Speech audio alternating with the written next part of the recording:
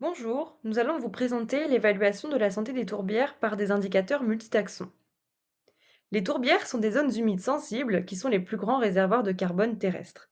Face aux pressions anthropiques et au changement climatique, nous devons les protéger. Et pour cela, il faut évaluer leur état de santé. Nous allons comprendre la pertinence d'un groupe multitaxon pour diagnostiquer un état écologique. Plusieurs espèces indicatrices sont utilisées, les Aranea, les Oribatida et les Odonata. Les invertébrés présentent plusieurs avantages: leur cycle de vie court, leur reproduction rapide et leur facilité d'échantillonnage. Leur intérêt réside dans la variation de leur sensibilité, abondance, mobilité et leur présence dans toutes les strates. La figure 1 montre que les araignées répondent aux caractéristiques du paysage et aux conditions locales en changeant la diversité taxonomique de leur communauté, ce qui permet une détection précoce des changements dans la tourbière. L'assemblage des différentes communautés et l'abondance des araignées traduit les états écologiques de la tourbière. La diminution de la richesse spécifique des Oribatida limniques et de l'abondance des larves aquatiques de Nodata offre également un complément au diagnostic.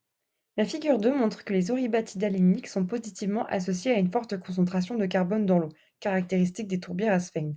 Mais lorsqu'il y a dégradation de la tourbière, une minéralisation accrue et une hausse de l'activité biologique, cela provoque une hausse anormale de la concentration de carbone dans l'eau, provoquant un déséquilibre de richesse spécifique entre les Oribatida limniques et terrestres. Ce déséquilibre se traduit par une très forte dominance des espèces limniques, ce qui montre l'importance de la proportion relative des espèces pour un diagnostic écologique. Dans cette troisième partie, on s'intéresse à l'ordre des zoodonates. Ce groupe permet notamment d'évaluer l'intégrité de l'habitat. On utilise pour cela le rapport Zygoptère-Anisoptère. Ce rapport est lié à un indice d'intégrité de l'habitat, ou HII, qui, proche de 1, correspond à un milieu ombragé, favorisant les zygoptères. A l'inverse, proche de 0, il indique un milieu ouvert favorable aux anisoptères. C'est ce qu'on observe sur la figure 3. Dans le cas de la tourbière, la dégradation est marquée par la fermeture du milieu, entraînant une plus grande proportion de zygoptères, alors qu'un milieu préservé, plus ouvert, montre une plus grande abondance d'anisoptères. Cette évaluation peut être complétée par le groupe des aranéides. Il renseigne sur le type de dégradation. Si cette dégradation est réversible, comme la fermeture du milieu, on observera une diminution des espèces hygrophiles au profit des espèces sylvicoles. En revanche, une dégradation irréversible, telle que le changement d'utilisation des sols, entraîne l'augmentation des espèces de prairies. Si l'on s'intéresse ensuite à l'échelle de bioindication, c'est la mobilité des organismes qui va jouer un rôle clé, puisqu'elle détermine l'échelle spatiale à laquelle ils bioindiquent.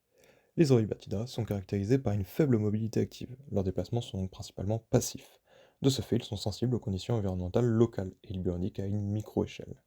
A l'inverse, les Aranea et les Zonata possèdent une grande mobilité active. Couvrant des distances plus importantes, ces groupes sont donc davantage sensibles aux dynamiques de structuration du paysage. Leur bioindication se fait donc plutôt à une macro-échelle. En conclusion, ces groupes donnent une complémentarité nécessaire pour comprendre l'état écologique d'une tourbière. Cette approche permet à la fois de détecter rapidement les signes de dégradation du milieu, mais aussi de suivre les étapes de restauration. La réactivité des invertébrés facilite la mise en œuvre rapide de mesures de gestion prioritaires.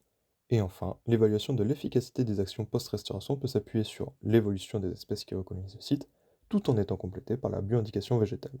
Celle-ci, bien que plus lente à réagir, apporte une lecture à long terme des dynamiques écologiques, ce qui permet d'avoir une vision globale et durable de l'état de la tourbière.